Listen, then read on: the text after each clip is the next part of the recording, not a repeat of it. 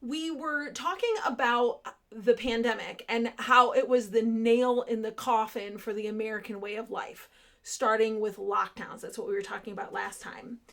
Ultimately, the biggest impact the lockdowns had, even after they were lifted, was the fact they took away most established opportunities for human fulfillment and exposed and exploited fear of one another. This actually surprised me. How could we so easily exchange our freedom for fear?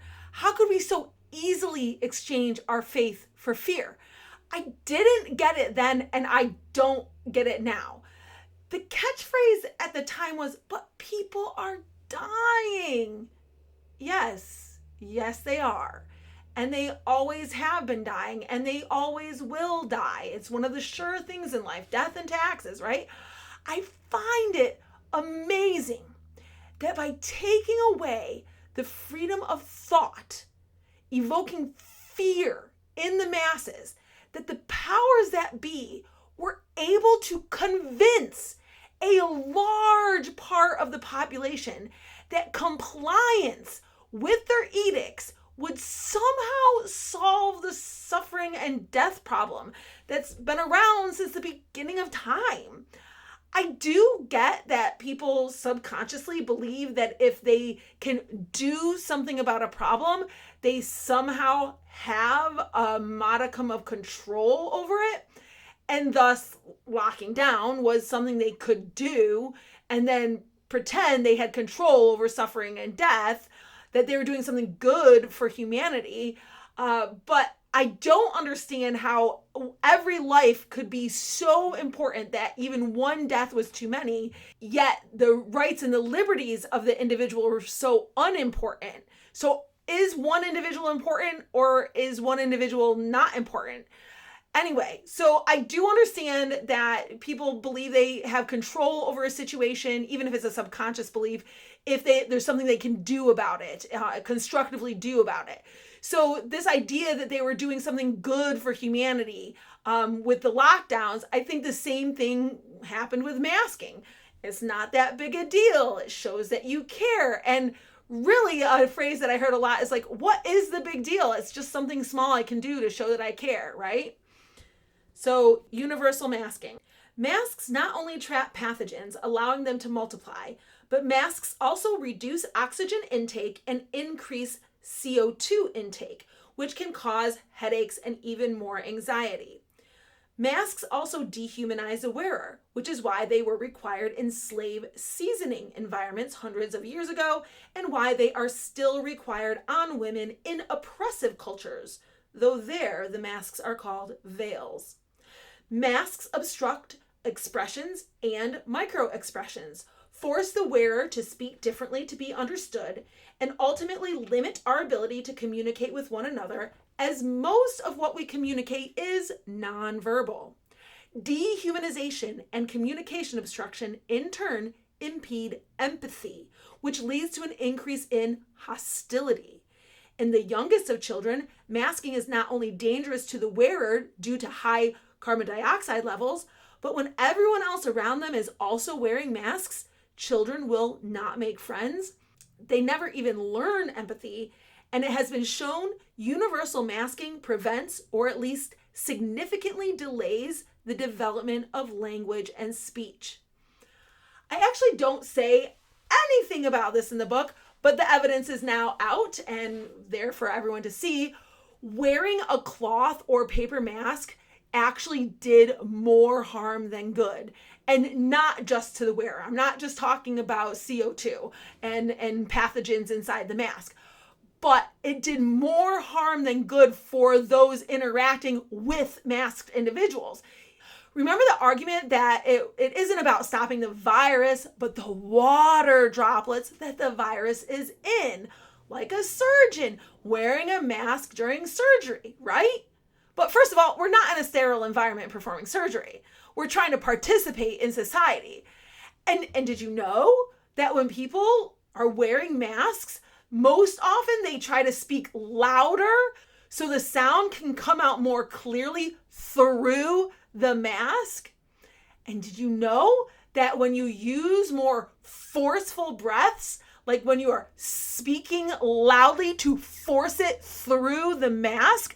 Because let's face it, if you were speaking softly behind a mask, no one would really understand what you're saying. All that mumbling, it would sound like mumbling all the time. But all that forceful breath, speaking loudly through a mask, that actually forces the water droplets through the mask, essentially aerosolizing the water droplets, causing them to travel further. Generally speaking, when you are speaking, water droplets do come out of your mouth just every time you talk. But pretty much in the usual instance when you're not wearing a mask, they just fall right to the ground, like right outside your face. As soon as they're out of your mouth, they fall to the ground. Thank you, gravity.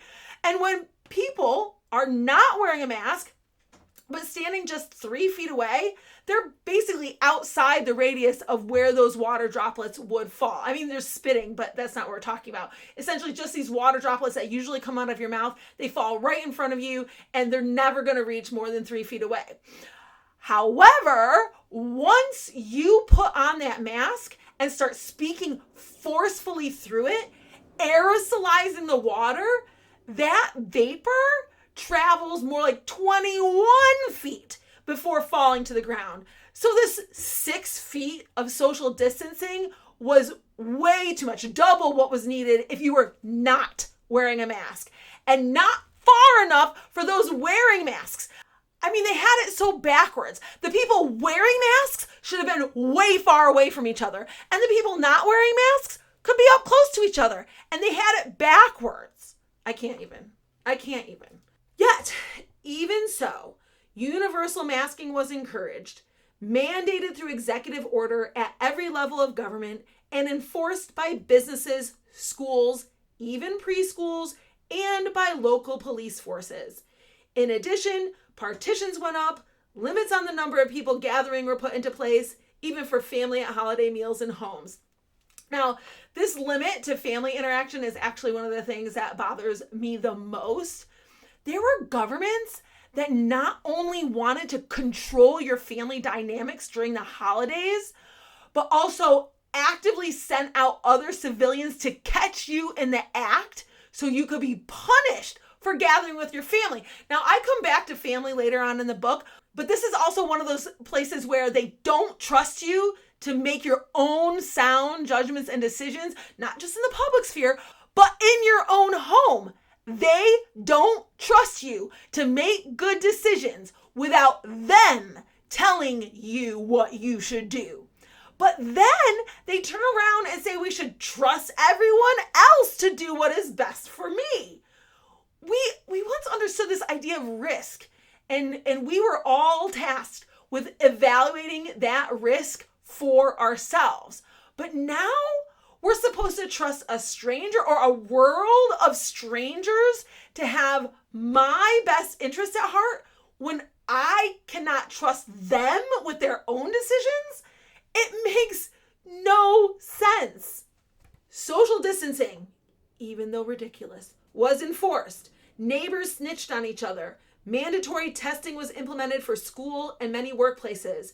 It appeared Americans were being intentionally isolated, dehumanized, and taught to be suspicious of one another. Then, in 2021, as the mask mandates continued and the lockdowns continued in some places, we were subjected to an additional mandate, the COVID-19 vaccine mandate, coming from the White House, which was going to be enforced by OSHA. Healthcare workers and airline employees were hit hard, and many other businesses were scrambling to comply by the deadline, even after an injunction went into place. Many lost their jobs or left before being fired for non-compliance. Others felt forced into doing something they really did not want to do because they were afraid they would have no way to feed their children or that their health insurance might drop them. Mandate is such an interesting word. There were a bunch of people going around saying a few things at the time. One was, a mandate is not a law. But here's the thing. It could be. A mandate is an order where if someone does not comply with the order, something else bad could happen to them. Like they could lose their job, lose their athletic scholarship or their place on a sports team. They could lose their insurance. They could lose the freedom to participate in society, as did happen in some places with the implementation of vaccine passports. You could not fly without one or go into restaurants or attractions in some places. Some mandates, some of these orders were actually from businesses or institutions like hospitals, but most often these mandates were in the form of an executive order from a governor or mayor or president of the United States. And although people like to say, well, they're not a law, such orders can be codified into the law and they have the power of the law. But even if these executive orders or mandates are transcribed into law, that still would not make them right. Remember, any law in opposition to natural law is innately the immoral one. And this is important to remember because the other phrase that was going around was, you always had a choice. It's a choice. It's a choice. And remember, choice is equated to freedom. But here's something else to remember. An ultimatum is not a choice. Do this, comply, or you will be punished by something else bad happening to you. This is an attempt at compulsion, coercing someone into making the choice you want them to make, holding the gun to their head for them to get onto the roller coaster that they might have wanted to take in the first place. This is not liberty. And yet another thing to remember is a choice is not really a choice unless it is an informed choice. And there was no way to make an informed decision at the time. We couldn't see the studies. There was no longitudinal data on the novel coronavirus, nor on the new mRNA vaccine for this new virus. Americans, well, nobody really, could make a risk-benefit analysis of the situation because we did not know the potential risks, nor could we be sure of the benefits. It was impossible. It was all new. Yet the messaging was clear and almost unanimous from every leader, from every media outlet, from every physician. These vaccines are safe and effective, safe and effective, safe and effective, safe and effective, safe and effective, safe and effective. How could they know? How could they know that? My other question is, why did so many people fall for the line? But regardless of whether the new mRNA vaccines for SARS-CoV-2 were safe or effective, for many, the choice to take individual responsibility for their own health and safety was taken from them and placed into the hands of their employers and into the hands of government. College students, especially athletes and professional athletes too, were pressured into taking this medical therapeutic that had no longitudinal testing and no solid data from which to make an informed decision, making informed consent impossible.